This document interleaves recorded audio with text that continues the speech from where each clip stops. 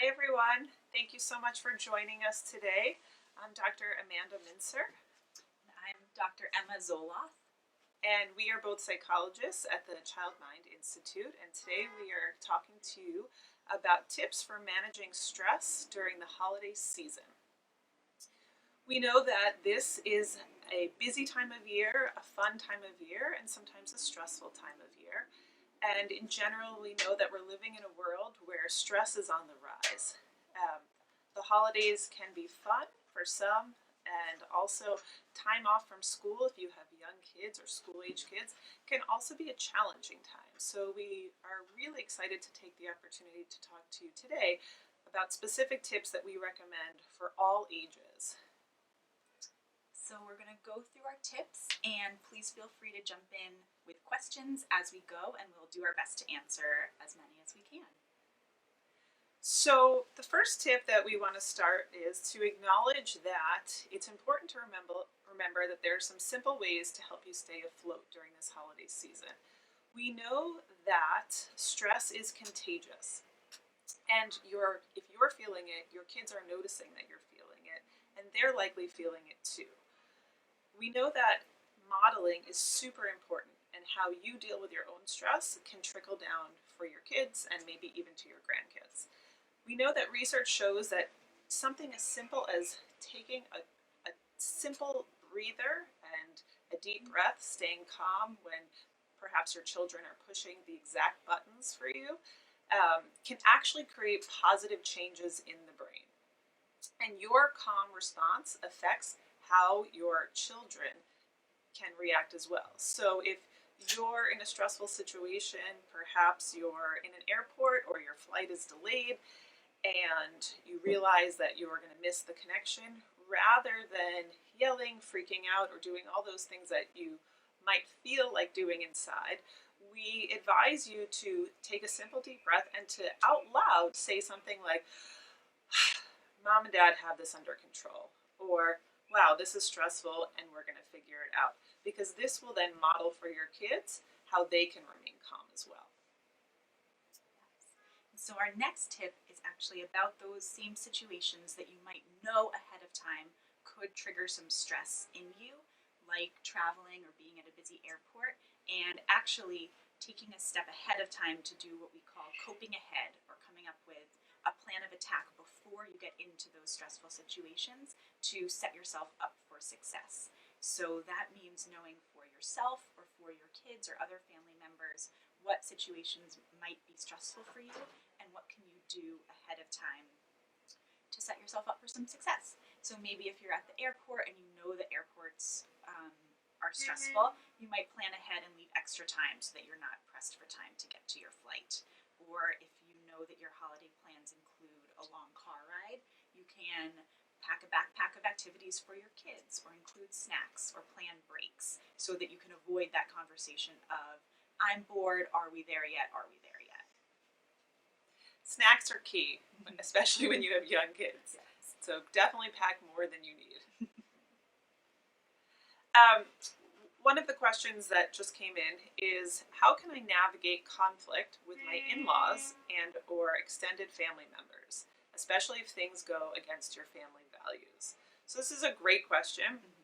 And oftentimes the holidays are a time when larger groups of family members are getting together, and perhaps your immediate family has certain values, perhaps around presents or around sticking to routines and bedtimes, and sometimes things can get off schedule if you're staying with other family members, or you're at a hotel, or you are simply on the road and not in your own space. So I think this is a great question, and I think it comes back to this idea of mindfulness and staying in the moment amidst this family chaos and sometimes family drama, and really trying to focus on doing one thing at a time. Perhaps you're going to have to prioritize how big a deal is this. If my father-in-law wants to keep the kids up super late to watch a special movie or have a special time. While this may not be something that you would usually allow during school or homework time, perhaps you can bend the rules a little and know that, it's just a one-time thing and they're making a wonderful memory and this is really fun for your kids. And if it's something that is consistent and it's happening for a week straight, and this is something that I really don't like how this is going, being able to be assertive in the moment and kind of sticking to your values and figuring out how you want to present this idea in a nice way, in a polite way, but being firm. And I think that's what we talk about, the difference between kind of being assertive versus being aggressive versus being passive. And you want to try to find that sweet spot right in the middle. Definitely. I think a key thing to think about in terms of the holidays in general is kind of a balance. I think it can be easy after the stress of the academic kind of pressures or work pressures leading into the holidays and leading into any breaks to want to kind of fall on one side of, all right, I just worked really hard, or my kids just worked really hard, I'm going to completely let loose of all of my limits or my values. And something to consider is how can we find kind of a helpful balance between giving yourself some downtime and giving your kids some downtime while also maintaining some of the healthy habits that you've established for yourself, for your kids, to help you kind of regulate your emotions and help your family regulate their emotions to protect against any stressors that might come up during the holidays. So that might mean maintaining an exercise routine if you have one. There's a lot of research that shows that exercise is an important and powerful buffer against stress, or it might mean kind of knowing what foods or drinks might make you more vulnerable to stress and being aware of kind of the opportunities to overeat or overdrink and kind of being mindful of that for yourself in an effort to kind of maintain that balance. And I would add to the conversation of balance this idea of sleep. We talk to parents at all times of the year about sleep and figuring out what the right amount of sleep is for their children or for themselves. And we know that everyone is constantly walking around saying how tired they are, and we hear it from our teens, we even hear it from our young kids. And we know that while school is out, it can be hard to maintain that same schedule that you have set up during the week. And again, I think it's the idea of balance and figuring out how can you stay on a schedule that may not be the same schedule that you have that works. So it's again this idea of not rigidly adhering to this, but also not completely veering off. It's fine to stay up some nights. Certainly New Year's Eve is probably a big night where your kids are going to want to stay up and watch a movie or hang out with friends. And we also don't want them going to sleep, 12, 1 o'clock in the morning every night and sleeping all the next day, because we know that this is just going to make that transition back to school, that Sunday night before school, much harder. And so it's figuring out how sleep can be something that you take control of without clinging too tight to it. That might be part of your coping ahead plan. Yep. When you're anticipating the transition after the holidays back into your more regular routine and kind of finding that balance for sure. I think we have another question which says, how can I handle the pressure I feel to have the best, most perfect holiday party or vacation? This is something that I think a lot of parents or families or people in general might feel. Yeah, absolutely. So I think that we talk about perfectionism and the holidays, and we know, I think something really important to point out related to this is remembering the differences between social media and what social media portrays and reality. So if you're comparing your experiences to those that you're seeing on Instagram or even Facebook, remembering that those are selective moments in time and that they don't always reflect reality. And so if you're, sitting in your sweatpants, having a lazy day, and you have newspapers all around you, and you're perfectly happy, and you look, at your Facebook feed from last night, and you see a bunch of people who are out at a party, I think there's a tendency to reflect, oh, why wasn't I there? Or that looks like so much fun. Oh, my family isn't doing as much fun as, or these people are on this exotic vacation, and we're in New York. And I think it's really goes back to the idea of being mindful in the moment and doing one thing at a time. And it's okay that you're home in your sweatpants if that's what you want to be doing. And this idea of this perfectionism and always trying to have the best vacation, the best party, even if you're on this fabulous vacation, perhaps there's moments that are great and perhaps there's moments that aren't, and that's okay too. Right, and that's life. And I think kind of remembering this idea that kids are messy and families fight and there's usually drama associated with it, and that's kind of all part of the mix, which can make it fun. Maybe not as much in the moment, but perhaps when you look back afterwards. But this is a good time to reflect on New Year's resolutions as well, and thinking about, why does it have to be so perfect, and why isn't it enough to just be? And maybe it's messy, and maybe it's loud, and that's my family, and that's okay. Right.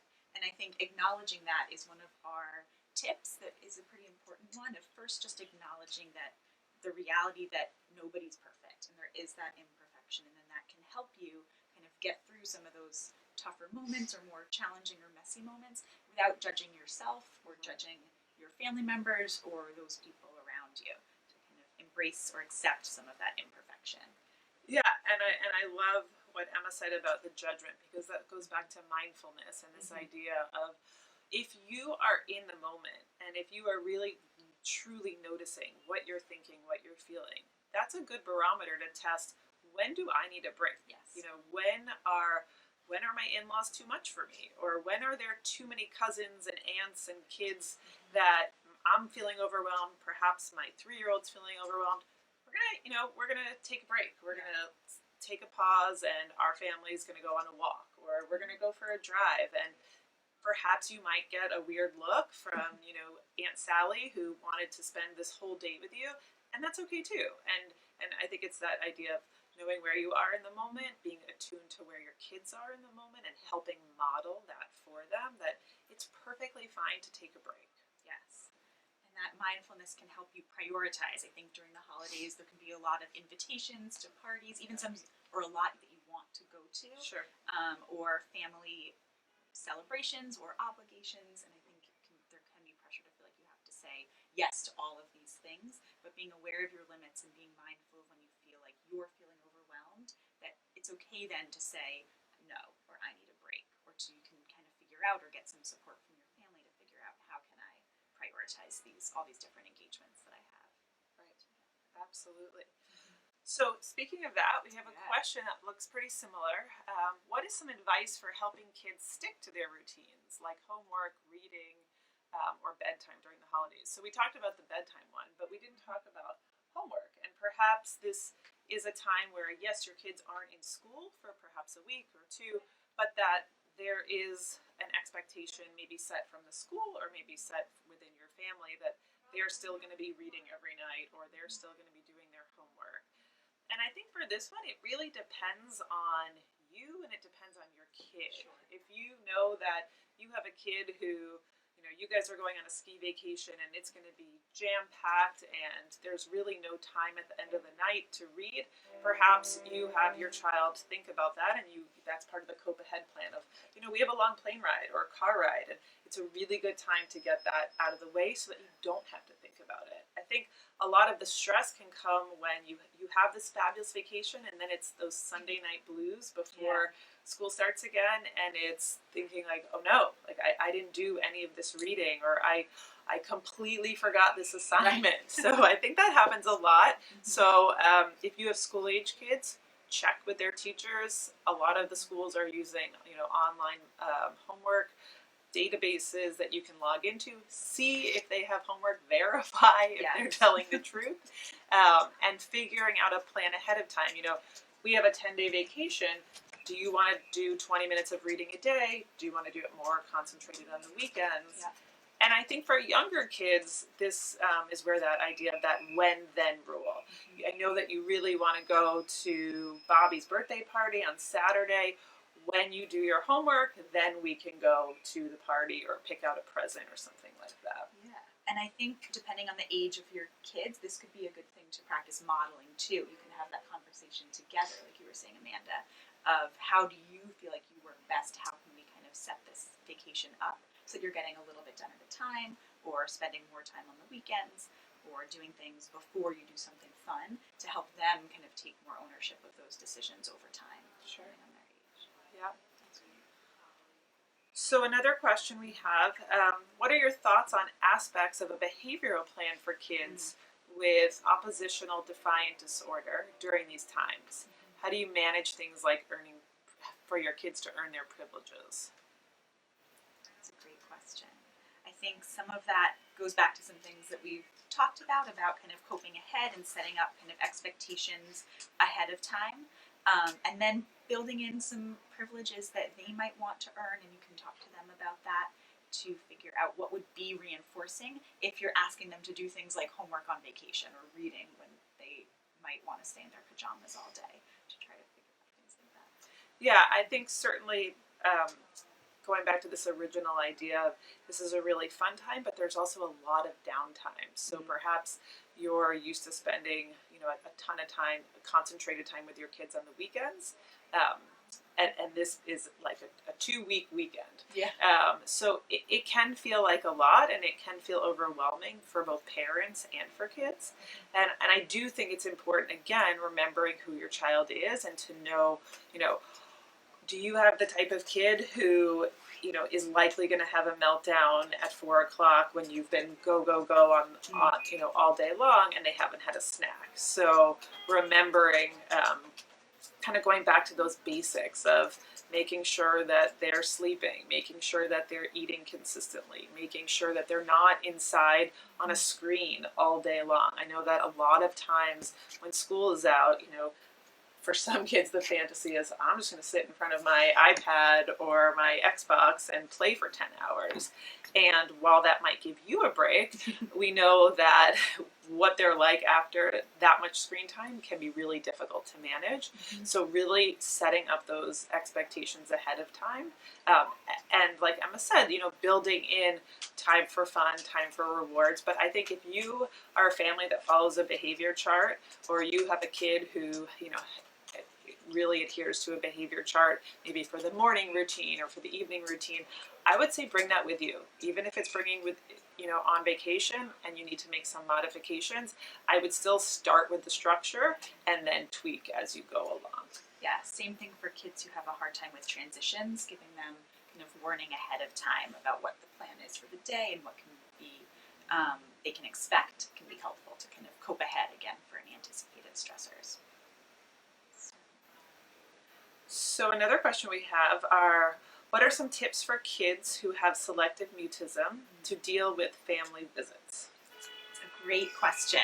And so for those of you who don't know, we'll just quickly say that selective mutism is an anxiety disorder that typically presents in kids who are younger, although it can happen across the age range, who have a very hard time speaking in situations maybe outside of the home or in front of certain kind of school settings or outside in the community or with people they're unfamiliar with, despite being able to speak really comfortably at home or with certain people or family members. And so it can be challenging when family members visit who your kids might not see very frequently and might not be as comfortable speaking with. And so I would say, again, I'm really glad you guys are thinking about this ahead of time, because this would be something to talk with your family members about ahead of time, to give them kind of brief information or whatever information you're comfortable sharing about SM, selective mutism, and giving them some kind of helpful tips, your family members, when they're going in to meet your child.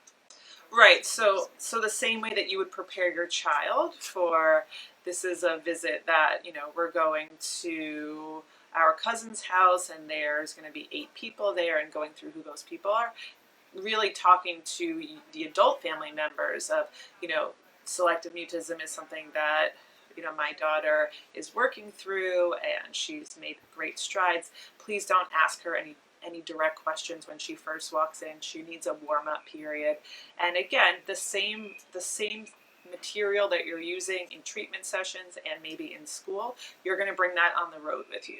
So if, you know, your child is one who loves trolls or Legos, you're going to bring that stuff with you. And when you get to your cousin's house, instead of just walking right into the living room and plopping down or saying goodbye to the kids who are going off into another room, you and your child are going to go into a separate room and you're going to help warm her up and get her verbal with you in this new environment, because we're always talking about new places, new activities, and new people, and we don't want to change all those variables at once. Over the holidays, often that's difficult to control the environment, and so just by the fact that you're going to a new person's house, that might make it that much harder for your child to feel comfortable speaking there. So stick to what you know and stick to the treatment plan that you're already working with, and again, make tweaks as necessary. Yes, and you can always bring your kids' kind of preferred activities or things that might help them warm up with new family members, so that some things are familiar and carried across settings. Absolutely. So it looks like we have a similar question, not necessarily about selective mutism in general, but how do you handle going to family members' houses or on vacations when you have kids who are working through depression and anxiety? And I think to me, our answer is pretty similar. It's really about knowing where your child is at, whether or not they're in treatment or not, knowing what their specific triggers are, much in the same way that we'd like you to know what your specific triggers are, and really being able to monitor how they're doing and talking about that cope ahead plan.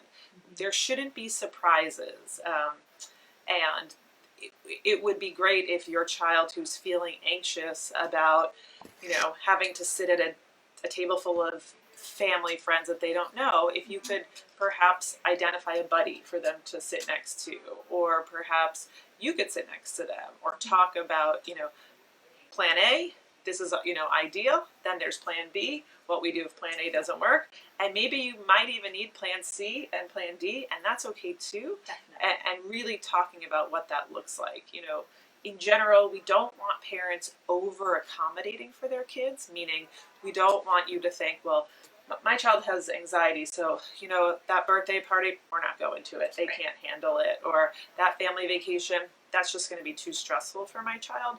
We want you to engage with your family, and we want you to engage with your children, and not make excuses or not make accommodations for them in that way, because we know that that's not helping them face their fear, and that's not helping them kind of get over this hump.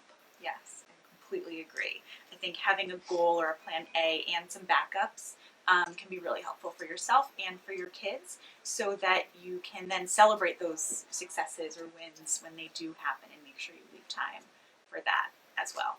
Absolutely. So I think we have time for one more tip. Yes. I think our last one we can talk about, which we called Remembering the Spirit of the Holiday Season. Just kind of generally keeping in mind that this is a time to remember to be thankful, think about giving back, or thinking about ways you can contribute, because that's another way that we can reduce our own stress and can help us feel good and help model for our kids kind of contributing to our community.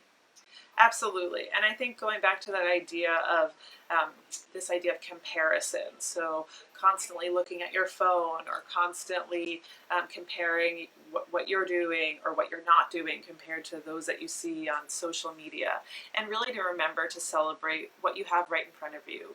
From the smallest thing, to something quite large, and finding something to be thankful for, finding something to be grateful for, and a nice chance to connect with your kids. And this is always kind of a plug for putting your own phone down and modeling that for your child. And I think that we're really on top of our kids about screen time and some of the dangers in too much screen time, and yet we are so technologically plugged in all the time. And so really taking time to use this holiday as a rest and a break, and whether that's a new family rule you're creating about putting all your phones in a basket, whether it's an hour or a few hours, or turning them off and taking a walk outside, and remembering that this can be a special time for your family.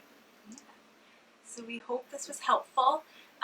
If you have more questions or thoughts, please feel free to visit our website, which is childmind.org, and you'll find lots more articles and information, videos about all of these topics. And we wish you a really restful and stress-free holiday season. Thanks for watching. Bye. Bye. Take care.